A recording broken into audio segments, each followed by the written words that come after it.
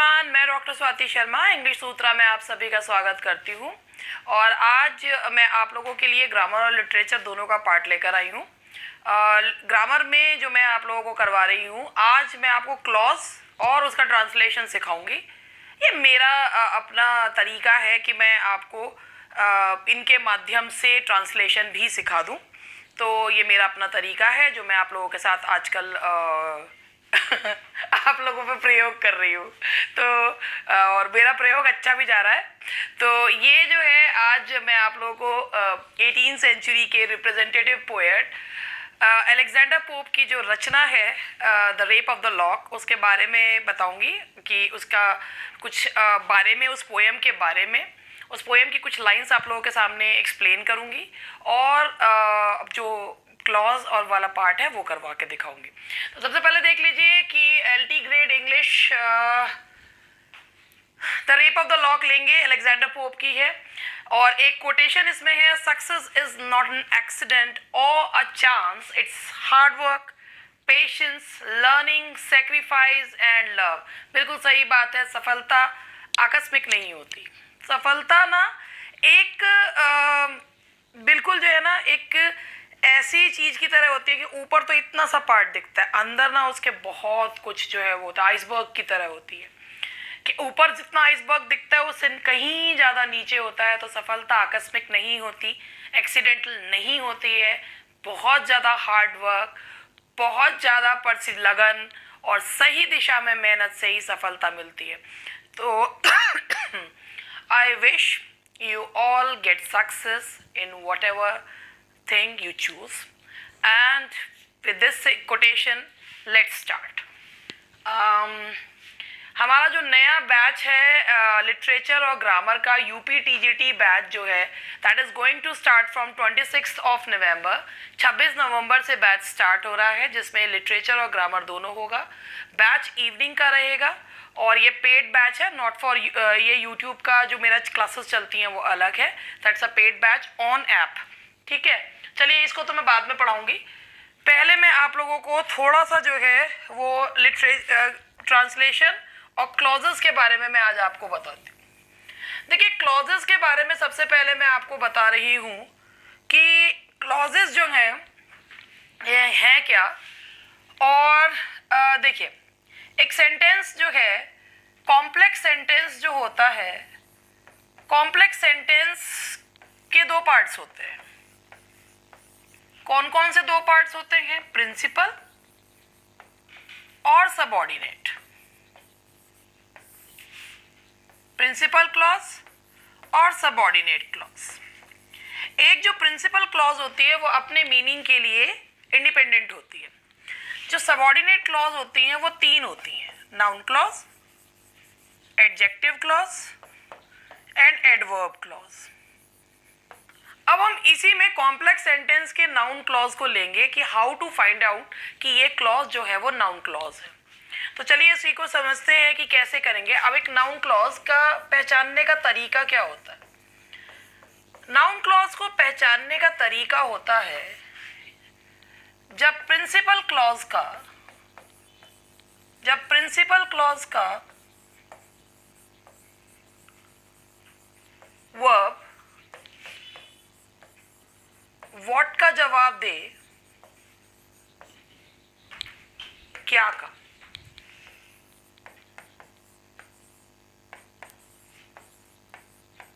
तो वह subordinate clause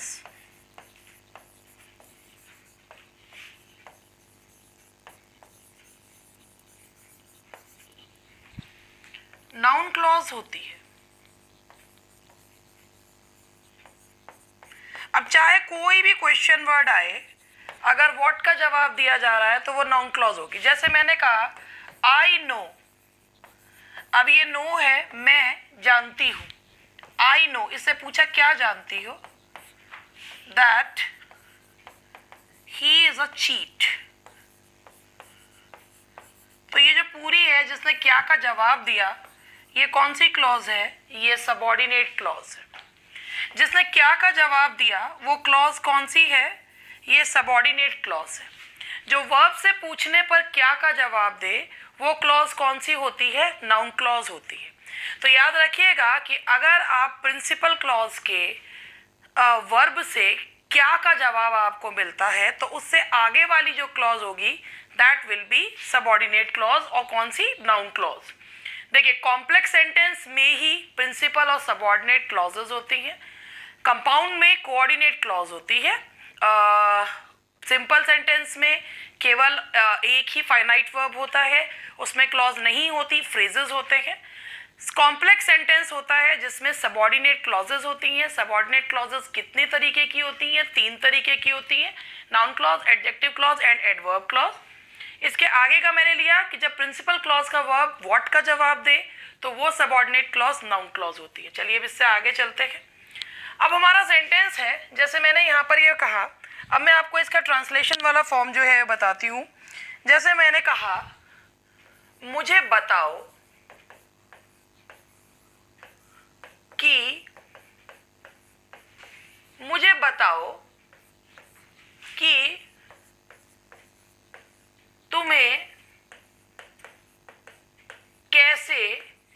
तुम्हें ये कैसे पता चला। ठीक है, मुझे बताओ कि तुम्हें ये कैसे पता चला। अब हमारा प्रिंसिपल क्लॉज है मुझे बताओ, ये है प्रिंसिपल क्लॉज। उसके बाद वो कहा क्या? मुझे बताओ, बताओ हुआ आपका वर्ब। क्या बताओ? तुम्हें ये कैसे पता चला। अब आपके ऑप्शन में ये आया कि और क्या आ रहा है, की और कैसे आ रहे हैं।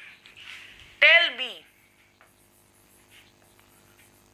what, that, how you found that, how you found that तुम्हें ये क्या, how you found that out, तुम्हें ये कैसे पता चला।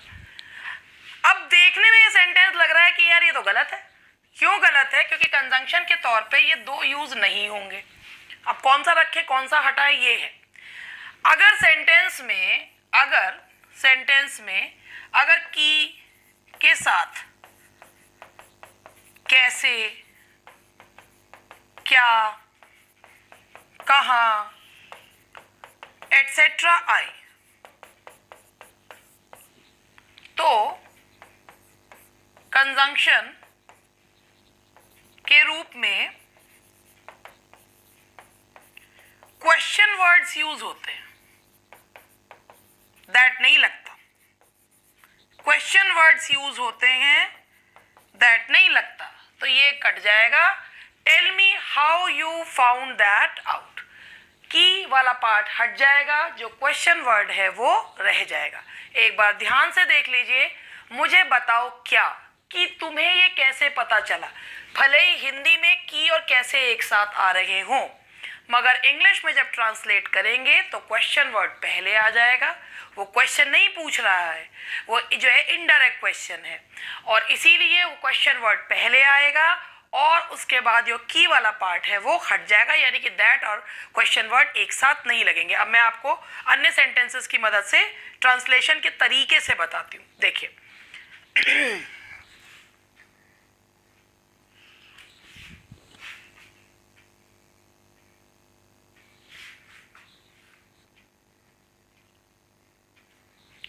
मुझे नहीं पता था कि वह आ चुका है। अब हमें ना ये सेंटेंस देख के लग रहा है कि भाई ये जो है सेंटेंस में यहाँ है आ रहा है, यहाँ ये। अब इस तरीके के सेंटेंस में सबसे पहले आप ये देखिए, मुझे नहीं पता था, तो मुझे नहीं पता था ये सब्जेक्ट है, पता था ये वर्ब है, और यहाँ पर ऑब्जेक्ट नहीं है, तो यहाँ उल्टा चलते हैं, ये 1 फिर ये 2, ये वाला यहाँ पे है। तो मुझे नहीं पता था, I did not know, I did not know. अब यहाँ पे कि वह आ चुका है। अब मूर्खतापूर्ण ट्रांसलेशन करें दैट, अब वह सब्जेक्ट, ये है चुका है वर्ब, और जब चुका है चुके ही आता है तो है गायब हो जाता है, केवल चुका रहता है, तो यानी कि हैज हैव हैड। अब यहां पर आपका I did not know that he has come. अब ये मूर्खतापूर्ण ट्रांसलेशन हो गई, क्योंकि भाई सेंटेंस आगे वाला प्रिंसिपल क्लॉज अगर पास्ट टेंस में होगा तो सबऑर्डिनेट क्लॉज भी पास्ट टेंस में होगा, तो यहाँ हैज नहीं लगाएंगे, दैट ही हैड कम। भले ही हिंदी में चुका है दिया हो, लेकिन इंग्लिश में अगर प्रिंसिपल क्लॉज पास्ट में है तो सबऑर्डिनेट क्लॉज भी पास्ट टेंस में ही होगा। अब मैंने यहां पूछा मुझे नहीं पता वह, मुझे नहीं पता कि वह कहां रहता है। अब यहां पर मुझे नहीं पता कि वह कहां रहता है, इसका एक साधारण मुझे नहीं पता, आई डोंट नो। क्या? अब यहां देखिए की और कहां एक साथ आ रहा है, जब की और कहां एक साथ आए तो की हटा दीजिए, कहां को जोड़ने वाले उसमें कंजंक्शन के रूप में वेयर। अब जब भी वेयर डज ही लीव, ये याद रखिएगा वह कहां रहता है, इससे बनाइए वह कहां, आपने वह रहता है, सब्जेक्ट लीजिए कहां आपने पहले ले लिया और रहता है कि ये verb. I don't know where, subject लीजिए ही लिव्स। जब इस तरीके से बनाएंगे तो गलती बिल्कुल नहीं होगी। आई डोंट नो वेयर, कहां वाला पार्ट आप लोग यहां आगे ले गए, ये बचा, सब्जेक्ट लिया, वर्ब लिया, वेयर ही लिव्स, और फुल स्टॉप जो है वो लगा दिया। I don't know where he lives. तो याद रखिएगा जो जो पॉइंट्स मैं बता रही हूँ नोट करते चलिएगा, ट्रांसलेशन में आपकी हेल्प करेंगे ये। आगे बढ़ते हैं, थोड़ा सा रुक के दिखा रही हूँ कि भाई देख लीजिए तो आपको हेल्पफुल रहेगा। अब कुछ और सेंटेंसेस कराती हूँ, जैसे सेंटेंस है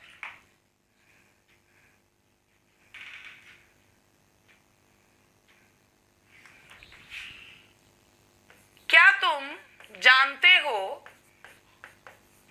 तुम जानते हो कि ट्रेन कब आएगी। मेरी हिंदी की राइटिंग बहुत अच्छी नहीं है, बच्चों जैसी राइटिंग है मेरी। क्या तुम जानते हो कि ट्रेन कब आएगी। क्या तुम जानते हो, ये तुम जानते हो क्या, डू, तुम जानते हो, डू यू नो। अब पूछा कि कब, की और कब, क्वेश्चन वर्ड और की एक साथ आ रहे हैं तो कोई की हटाइए, क्वेश्चन वर्ड लगाइए, व्हेन। अब जैसा मैंने आप बताया ट्रेन कब आएगी, जब आपने ट्रेन आएगी, ठीक है, तो ट्रेन आएगी तो सब्जेक्ट पहले लीजिए। अब यहां पर आपको दो ऑप्शंस दे रखे हैं, व्हेन विल ट्रेन अराइव, एक आपको ऑप्शन ये दे रखा होगा और एक ऑप्शन दे रखा होगा व्हेन ट्रेन विल अराइव। अब क्या होता है कि उस समय एग्जाम प्रेशर ऐसा रहता है कि स्टूडेंट्स बिना देखे मार्क कर देते हैं। जैसा मैंने आपको कहा कि कब को हटा के आपने आगे लगाया, ट्रेन आएगी, train when will train arrive, या जब ट्रेन आएगी उतने को ही लीजिए। जब आपने कब आगे ले लिया तो क्वेश्चन वर्ड कभी भी जो हेल्पिंग वर्ब है वो क्वेश्चन वर्ड के बाद नहीं लगेगा, सब्जेक्ट प्लस क्वेश्चन वर्ड ये लगे, सब्जेक्ट प्लस हेल्पिंग वर्ब लगेगा। तो व्हेन ट्रेन, आपने इसे माइनस कर दिया तो ट्रेन आएगी, केवल इतना रह गया, तो व्हेन ट्रेन विल अराइव, ये है, ये वाला पार्ट आपका गलत है। और ये आएगा do you know when train will arrive, when will train arrive, तो ये नहीं, व्हेन ट्रेन विल अराइव।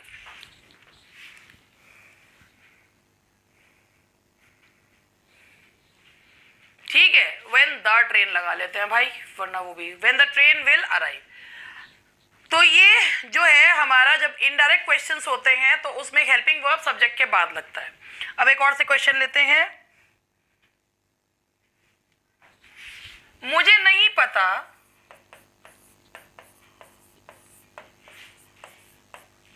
मैं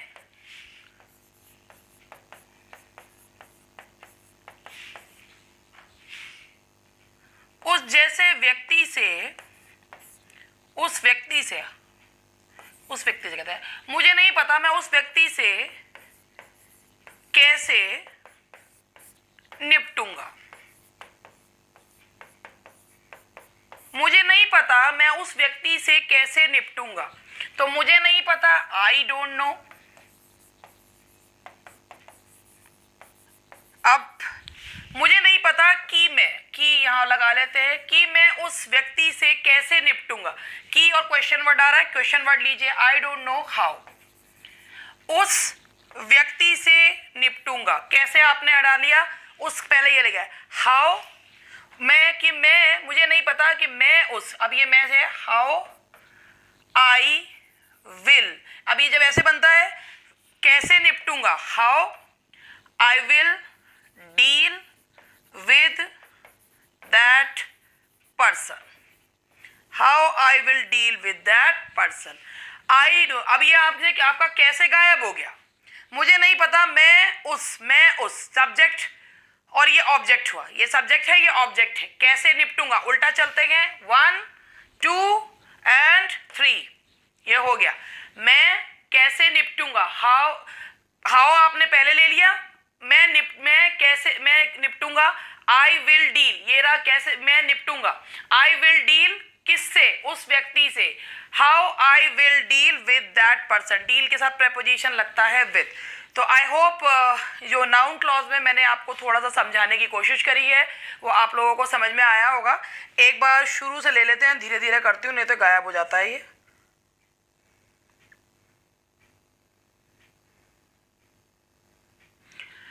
क्लॉजेस, कॉम्प्लेक्स सेंटेंस के 2 पार्ट्स होते हैं, principal and subordinate. Subordinate clause के 3 पार्ट्स होते हैं। सबऑर्डिनेट क्लॉज 3 टाइप्स के होते हैं, नाउन, एडजेक्टिव एंड एडवर्ब। एक नाउन क्लॉज जो होता है उसका प्रिंसिपल क्लॉज का वर्ब व्हाट का जवाब देता है, और सबऑर्डिनेट क्लॉज अगर व्हाट का जवाब दे तो वो नाउन क्लॉज होती है। मुझे बताओ कि तुम्हें ये कैसे पता चला। अगर एक सेंटेंस में क्वेश्चन वर्ड और की एक साथ आ रहे हो तो कंजंक्शन के रूप में क्वेश्चन वर्ड यूज होता है और की वाला पार्ट हट जाता है ट्रांसलेशन में। मुझे नहीं पता था कि वह आ चुका है। जिस टेंस में प्रिंसिपल क्लॉज होगा उसी टेंस में सबऑर्डिनेट क्लॉज को लिखेंगे। आई डिड नॉट नो कि ये पास्ट टेंस में है तो ये भी पास्ट टेंस में। I did not know that he had come, मुझे नहीं पता कि वह कहाँ रहता है। और इनडायरेक्ट क्वेश्चंस में कभी भी हेल्पिंग वर्ब पहले नहीं आते हैं, subject plus helping verb plus main verb plus object आता है। तो I don't know where he lives, where does नहीं लगा सकते। इनडायरेक्ट क्वेश्चंस में हेल्पिंग वर्ब का यूज जहां मैंडेटरी है वहां करते हैं और डू डज डिड का प्रयोग नहीं करते हैं इनडायरेक्ट क्वेश्चंस में। तो ये रहा हमारा आज का ये वाला पार्ट। अब मैं आपको लिटरेचर वाला पार्ट करवाती हूँ और चलिए लिटरेचर वाला पार्ट करते हैं।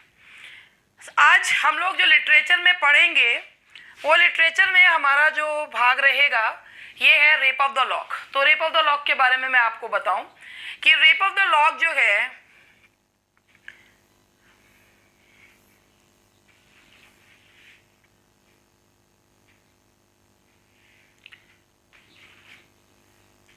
The rape of the lock was written by Alexander pope.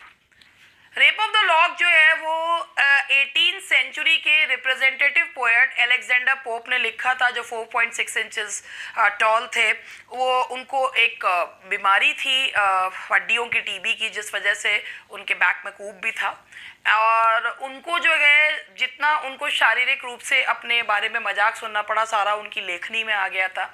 And he was मतलब he used to attack so violently over others that it is said कि he used to keep bodyguards with him so that he might protect himself from his contemporaries। तो ये उनके साथ जो है वो मैंने सुना है कि उन्होंने जब डंसियार्ड लिखा था तो ये हादसा उनके साथ कि लोग उन्हें मारने के लिए ढूंढा करते थे। तो rape of the lock Alexander pope ने लिखी थी 1712 में। उस समय जो राज्य था वो क्वीन एन का था। तब ये 2 कैंटोज में आई थी और इसके बाद ये दोबारा से 5 कैंटोज में 1714 में आई। ये पोएम एक मॉक एपिक है। अब ये मॉक एपिक जो वर्ड है, मॉक एपिक का मतलब होता है किसी चीज का मजाक उड़ाते हुए। एपिक का मतलब होता है एक हीरो के एडवेंचर्स को बताया जाता है। अब हीरो के एडवेंचर्स की जगह हीरो का एडवेंचर होता है, उसकी यात्रा वृतांत होते हैं जिसमें गॉड्स सुपरनैचुरल एलिमेंट्स मदद करते हैं। तो मॉक एपिक क्या होता है, लिखे जाते हैं एपिक के ही स्टाइल में, मगर उसमें छोटी सी बात को बढ़ा चढ़ा कर बताया जाता है। तो ये मॉक एपिक है जो सटायराइज करता है अपर क्लास स्ट्रेटा को लंदन के। ये स्टोरी की सेंट्रल कैरेक्टर का नाम है बेलिंडा, जिसका लॉक जो है वो एक सोशल गैदरिंग में काट लिया गया था। हालांकि ये एक बहुत ही छोटी घटना है, ट्रिवियल का मतलब होता है तुच्छ। बेलिंडा इज आउटरेज्ड, बेलिंडा बहुत गुस्सा हो जाती है that her lock of hair has been cut by the baron, कि उसका लॉक जो है वो बैरन के द्वारा काट लिया गया। In the rape of the lock Pope uses, rape of the lock means the cutting of the lock, the insult of the lock, lock means होता है बालों की लट। Pope uses Belinda and the Baron to mock two of his acquaintances। Belinda और Baron के रूप में उन्होंने अपने दो जानने वालों को मजाक उड़ाया है, Arabella Fermor and Lord Peter. ये अराबेला फर्मर और लॉर्ड पीटर के बारे में, बेलिंडा अराबेला फर्मर और लॉर्ड पीटर जो हैं वो बैरन के रूप में। The poem follows the events of the night leading up to Belinda's horrific loss, कि एक घटना है, एक दिन की कहानी है और बेलिंडा का बहुत बहुत बड़ा नुकसान होता है कि बेचारी का बाल जो है वो कट जाता है। इसके बाद pope wrote the rape of the lock in response to a request made by his friend John Carroll। हालांकि पोप के ये दोस्त उनसे उम्र में बहुत बड़े थे, उनके कहने पर, उनकी रिक्वेस्ट करने पर पोप ने ये पोएम लिखी थी। A prominent Roman Catholic of the time, एक रोमन कैथलिक थे वो, Caryll explain that his friend Lord Peter had cut off a lock of Arabella Fermor's hair. उन्होंने बताया था कि उनके दोस्त कैरल के दोस्त ने, लॉर्ड पीटर ने अराबेला फर्मर का बाल की एक लट जो है वो काट ली है। Ever since the incident, the family had been feuding। जब से ये इंसिडेंट हुआ तब से परिवारों में दुश्मनी है। In order to make light of the situation, Pope wrote the rape of the lock। और इस सिचुएशन को बहुत हल्का करने के लिए पोप ने ये पोएम लिखी थी, The Rape of the Lock। The stealing of Miss Bell Farmer's hair was taken too seriously and caused an estrangement between the two families।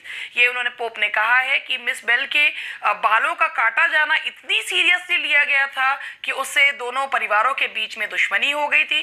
तो had lived so long in great friendship before, हालांकि इससे पहले इन दोनों के बीच में बहुत दोस्ती थी। Who is Arabella Farmer? Arabella Farmer थी कौन? She was born into upper class। Miss Farmer was the daughter of Henry Farmer। Henry Farmer की बेटी थी। Known for her beauty, she was the belle of the London। London की बहुत खूबसूरत औरतों में से एक थी। And after telling her family about the incident involving a lock of hair, they were offended and become estranged from their once good friends। और जब ये घटना घटी तो दोनों परिवारों के बीच में बहुत ज़्यादा दुश्मनी हो गई। In Pope's poem Belinda represents, Belinda जो किरदार निभाती है वो अरबेला का है। नाउ हालांकि ये पोएम 1711 में लिखी गई थी, पब्लिश हुई थी 1712 में। The rape of the lock went through many stages before becoming the poem, बहुत स्टेजेस से गुजरी है। The first version was only 2 cantos long, लेकिन उसके बाद ये ईयर लेटर ये जो है उसमें उन्होंने रोसीक्रूशियन जो एलिमेंट्स है उन्हें ऐड करा, सुपरनैचुरल मशीनरी को ऐड किया और ये 1714 में पब्लिश हुआ। Finally in 1717 upon preparing for a publication of a collection of his work, pope wrote the version that we know today। ये जो फाइनल वर्जन है that we read today, that came in 1717। This version is 5 cantos long and include Clarissa's speech। जो ये आज हम version पढ़ते हैं इसमें क्लैरिसा की स्पीच भी दी हुई है, which aids in describing the morality behind the poem। वो बताती है कि इस पोएम का मॉरल उद्देश्य क्या है। However, it is interesting to note that by the time Pope had finished the latest version, लेकिन ये भी जानना बहुत ही इंटरेस्टिंग है कि जिस समय पोप ने ये पोएम पूरी करी थी, लॉर्ड पीटर की चिकन पॉक्स की वजह से मृत्यु हो चुकी थी और अराबेला की शादी हो चुकी थी और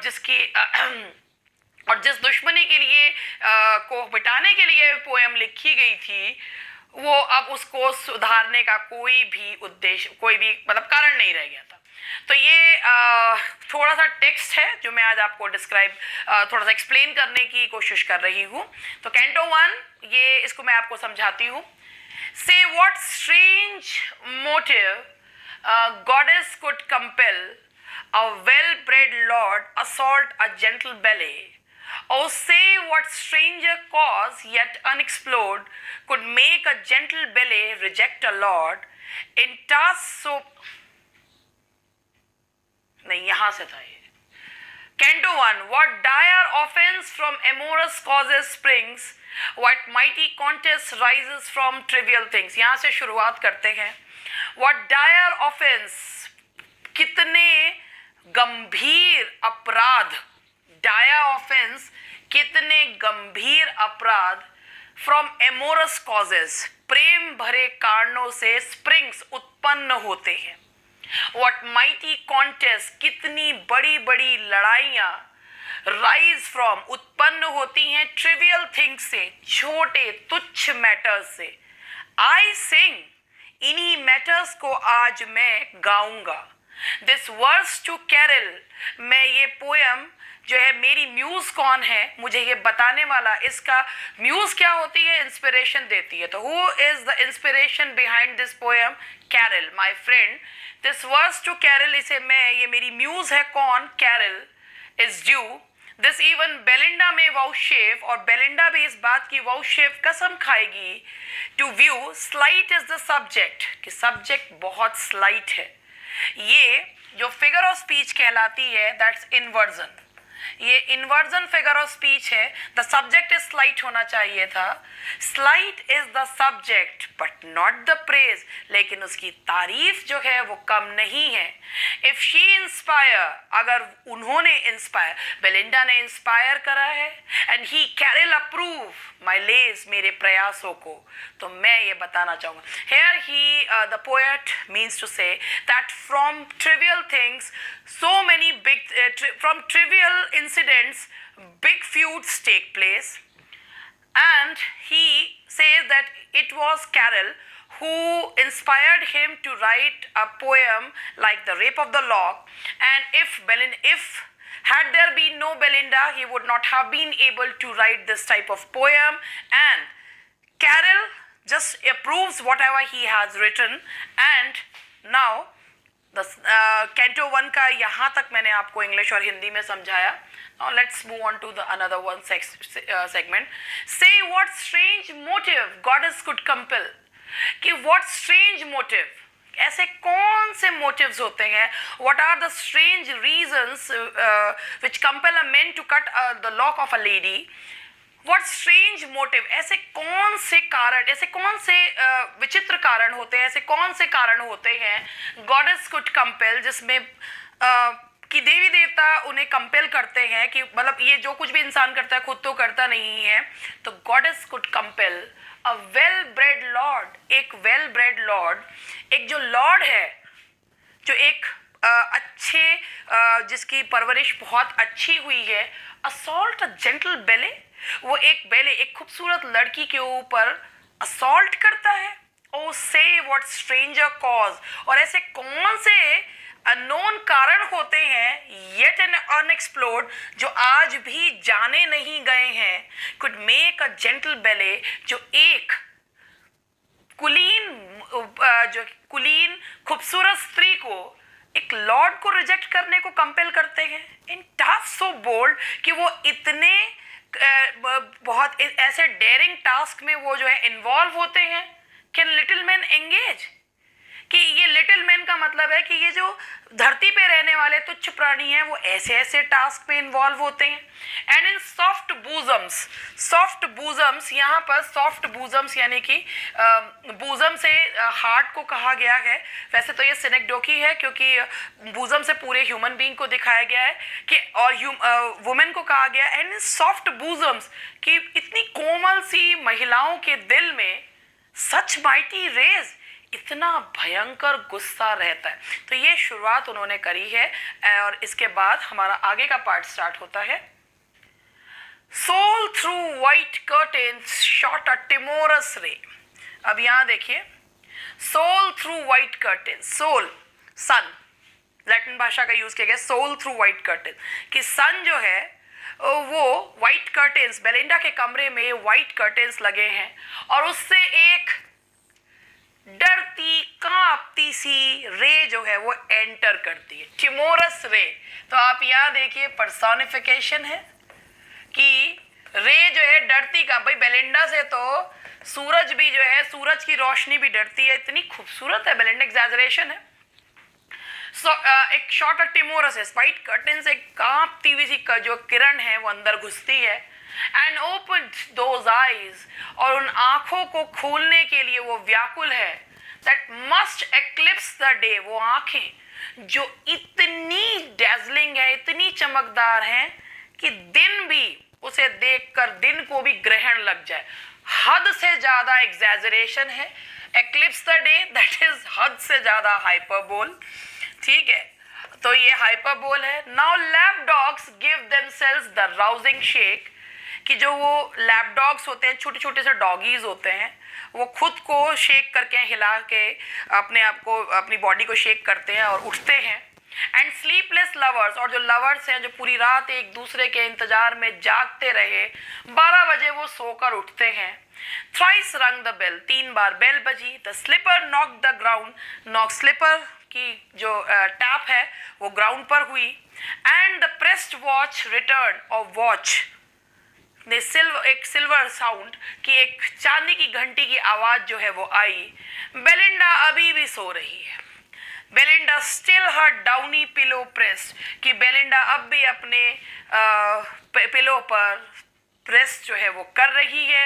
हर गार्जियन सेल्फ, जो मैंने अभी आपको बताया था, रोजीक्रूशियन फिलॉसफी, हर एपिक में सुपर नेचुरल एलिमेंट्स होते हैं और उसमें जो देवी देवता होते हैं वो गार्ड करते हैं हीरो को, मगर इसमें सिल्फ्स है, यानी कि जो सुपर नेचुरल एलिमेंट दिखाए हैं वो छोटी छोटी परियां दिखाई हैं, जो अलग अलग हमारी बॉडी में जो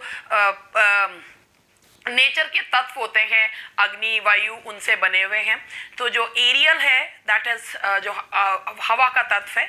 सिल्फ्स यानी कि फेरीज, तो हर गार्जियन सिल्फ, इसमें पोप ने बताया है कि हर खूबसूरत औरत को, हर खूबसूरत लड़की को जो प्रोटेक्ट करता है वो उसकी गार्जियन सेल्फ होती है।